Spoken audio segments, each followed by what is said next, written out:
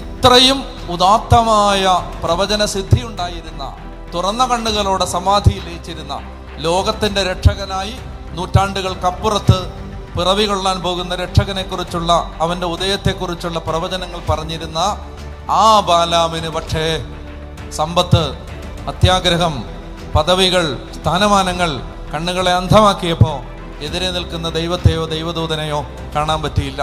നമ്മളെപ്പോഴും എളിമയോടെ കർത്താവിൻ്റെ മുമ്പിൽ പറയണം, കർത്താവേ, ഒരു കാരണവശാലും ഒന്നും ഞങ്ങളുടെ കണ്ണുകളെ അന്ധമാക്കാൻ അങ്ങ് അനുവദിക്കരുത്. ഞങ്ങളുടെ കാഴ്ച അന്ധമായി പോകരുത്, ഞങ്ങളുടെ കണ്ണടഞ്ഞു പോകരുത്. ഞങ്ങളുടെ ഇടവകയുടെ, ഞങ്ങളുടെ സഭയുടെ, ഞങ്ങളുടെ ജീവിതത്തിൻ്റെ, പൗരോഹിത്യത്തിൻ്റെ, സന്യാസത്തിൻ്റെ കണ്ണ് അടഞ്ഞു പോകരുത്.